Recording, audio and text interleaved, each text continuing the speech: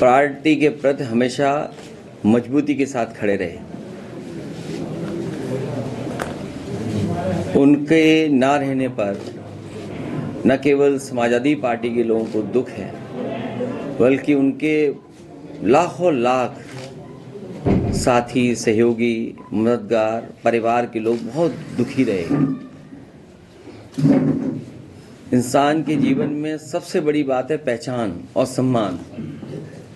उनके ना रहने पर जिस तरीके से जनता ने सम्मान दिया है, ये बहुत कम लोगों को मिलता है सम्मान।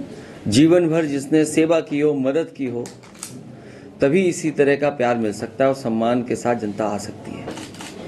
वो उस कड़ी और उस पीढ़ी के नेता थे जो कभी कोई बात छिपाते नहीं थे। अपनी राय, अपना सुझाव या अपना तर्क बहुत स्पष्ट रूप से कहते थे। कई मौके आए जब उन्होंने अपने लोगों की बात रखी। हो सकता है कुछ लोगों को ना पसंद आई हो, लेकिन कम से कम वो ऐसे व्यक्ति थे जो अपने लोगों की बात बहुत सफाई से रखते थे। वो कभी कौन नाराज होगा, कौन क्या सोचेगा, इसके बारे में कम सोचते थे, बल्कि जो बात सही होती थी वो ज़्यादा महत्वपूर्ण समझते थे। लोकसभा में भी मैंने उनको देखा। कई मौक़ों पर विपक्ष के लोगों ने आवाज़ बुलंद कर करके उन्हें दबाने की कोशिश की, लेकिन मैंने अपने आगे देखा, आंखों से देखा कि वो किसी के दबाव में नहीं आते थे। जो बात उन्हें कहनी होती थी वो कह के रहते थे। तो ऐसे नेता को हम लोगों ने खोया है। वो अपने जीवन भर मेहनत कर करके बहुत बड़ी राजनीतिक विरासत इस परिवार को देके गए हैं। इस परिवार को एक बहुत बड़ी पहचान देके गए हैं। जहां वो कई बार विधायक रहे, सांसद रहे, कई दलों में रहे हों, आखिरी में समाजवादी पार्टी में भी थे, पहले भी समाजवादी पार्टी में थे और दल में भी होके आए, लेकिन जनता के प्रति और जनता से जुड़ाव हमेशा बना के रखा उन्होंने। हमें उम्मीद है ये परिवार जो राजनीतिक विरासत बख्श साहब देके गए हैं उसको लेकर के जाएंगे, उसको और संभालेंगे और सजोएंगे और इस विरासत को आगे ले जाने का काम करेंगे। को आगे बढ़ाने के लिए फिर तैयारी करनी चाहिए। मैं आपसे कह रहा हूं कि पार्टी उनके परिवार के पक्ष में है और आने वाले समय में फैसला भी लेंगे पार्टी। क्या उलेमा ने और जनता ने ऐलान किया है कि ज़ियाउर रहमान बर्क को चुनाव लड़ाया जाए, और उन्होंने एक तरफ मैयत रखी थी, दूसरी तरफ वोट डाल रहे थे। इस वफादारी के बाद क्या उनको ये इनाम मिलेगा? ये आपको नहीं सोचना है, उन्हें और हमें और परिवार के लोगों को सोचना है। अखिलेश जी, एक अहम सवाल, मुसलमानों ने नेताजी पे भरोसा किया, पार्टी पे भी भरोसा किया, समाजवादी पे, और आप पर भी भरोसा किया। आपके लिए मुसलमानों का प्लान ऑफ एक्शन आगे का क्या है? सबसे बड़ी लड़ाई जो इस बार देश में होने जा रही है वो संविधान को बचाने की है। बाबा साहब भीमराव अम्बेडकर जी ने जो संविधान दिया है वो सबको बराबर का हक देता है, बराबर का सम्मान देता है। जिस तरह से कई मौक़ों पर हम लोगों ने कहा है कि कभी समुद्र मंथन हुआ था, इस बार संविधान मंथन होने जा रहा है।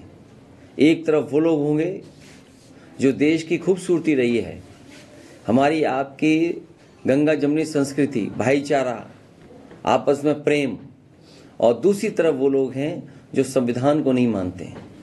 तो संविधान मानने वालों की और संविधान पर न चलने वालों के बीच में ये चुनाव होने जा रहा है, और हमें ये पूरा भरोसा है देश की जनता संविधान के साथ और संविधान बचाने वालों के साथ रहेगी। अखिलेश जी, इकबाल मेमन साहब और फर्स्ट फैमिली का 36 का आंकड़ा रहा, आज दिल जोड़ने के काम किए हैं आपने। देखिए, ये राजनीति में मैंने यही कहा कि देखिए बख्श साहब किस रास्ते से यहाँ पहुँचे हैं। राजनीति का हर पहलू उन्होंने देखा है, कहाँ शुरुआत हुई, कई बार किन्हीं परिस्थितियों की वजह से दूसरे दल में भी रहे, लेकिन नेताजी और समाजवादी पार्टी के पक्ष में हमेशा बने रहे। मेडिकल कॉलेज की सियासत में लगातार शहरों के नाम बदले जा रहे हैं, और लखनऊ को नाम बदलने की तैयारी है, लक्ष्मणपुर नाम रखा जा रहा है, क्या कहेंगे इसको? लोकसभा से देखिए, ये नाम बदलने से ज़्यादा ज़रूरी है कि नौजवान को रोजगार दे दें, नौजवान को नौकरी दे दें। नाम बदलने से जनता को उलझाएं नहीं, पेपर लीक न होने दें। सोचिए हर पेपर लीक हो जाता है इनका, और लीक होने के बाद एक ही एजेंसी है उसको जांच दे देते। अभी जो हमारा एक पत्रकार साथी मेडिकल कॉलेज के बारे में पूछ रहा था, अभी सुना है कि केवल बिल्डिंग का उद्घाटन करने गए हैं, वो हॉस्पिटल का उद्घाटन नहीं है, वो बिल्डिंग का उद्घाटन है। हॉस्पिटल का मतलब ये है कि किसी व्यक्ति का इलाज होना शुरू हो जाए, बिस्तर हो, बेड हो, मेडिकल फैसिलिटीज हो, स्टाफ अपॉइंट हो जाए, ओटी चलने लगे, दवाइयाँ हो, वो बिल्डिंग का उद्घाटन करने गए। इसी तरह सुना है कि एक वर्चुअल उद्घाटन भी हुआ है आगरा में मेट्रो का। ये समाजवादियों की मेट्रो थी, ये कोई बीजेपी ने तो काम स्लो किया, रोका, बेमन पूरा किया है। जितना भी आगरा का अलाइनमेंट किस तरफ से किस तरह जाएगी, कहाँ पर क्या बनेगा, ये पूरा समाजवादियों के सरकार में फैसला हो गया था, वही मेट्रो का वर्चुअली उद्घाटन किया है। जैसे नाम बदले जा रहे हैं तो इसके मायने क्या है कि मतलब ये लक्ष्मणपुर नाम रखा ऐसा है, आप सरकार बदल दो, इनका नाम अपने आप बदल जाएगा। सर एक सवाल ये है सर 4 दिन पहले अभी जो सर धनंजय सिंह ने जो है चुनाव लड़ने का ऐलान किया सर जौनपुर से कृपाशंकर के सामने, और उसके ठीक बाद ही जो है सर ये कोई खबर नहीं है, ये तो कोई खबर नहीं है। सर संविधान पर बचाने की दंगों का दोषी माना गया है, मौलाना तौकीर को दंगों का दोषी माना गया है, कोर्ट ने दोषी माना है। कोर्ट के सवाल पर हम लोग कैसे कोई प्रश्न लगा सकते हैं? महाराष्ट्र में इंडिया अलायंस की दोबारा मीटिंग, आप जा रहे हैं वहाँ पे? देखिए, हमारा काम पूरा हो गया, टिकट बंटवारा हो गया, हमें प्रत्याशी तय करने दो। अभी तुम प्रत्याशी पूछ रहे थे, अब कह रहे तुम वहाँ चले जाओ। कैसे लोग हो भाई? जो काम हमें करना है वो करने दो, तुम वहाँ भेज रहे कि जाइए वहाँ चले जाओ। अभी हमें काम अपना करना है।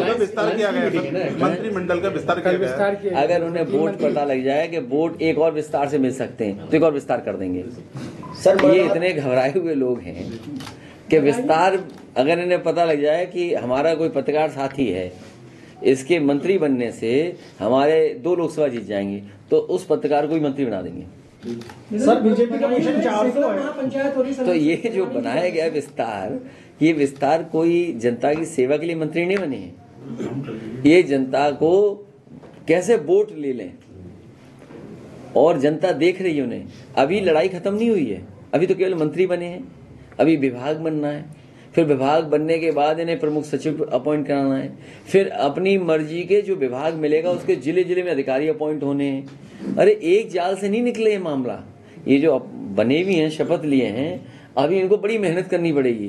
पहले अपने प्रमुख सचिव अपॉइंट कराने के लिए, विभाग के लिए भी मेहनत करनी पड़ेगी, और फिर जिले जिलों में जो विधायक और लोग बैठा लेते हैं अपने अपने अधिकारी, उन्हें हटाना, उन्हें नए लाना। अभी तो बहुत दिन है, और जब तक ये काम होगा तब तो चुनाव आ जाएगा, आचार संहिता लग जाएगी, मंत्री बस मंत्री बने रहेंगे, काम नहीं कर पाएंगे।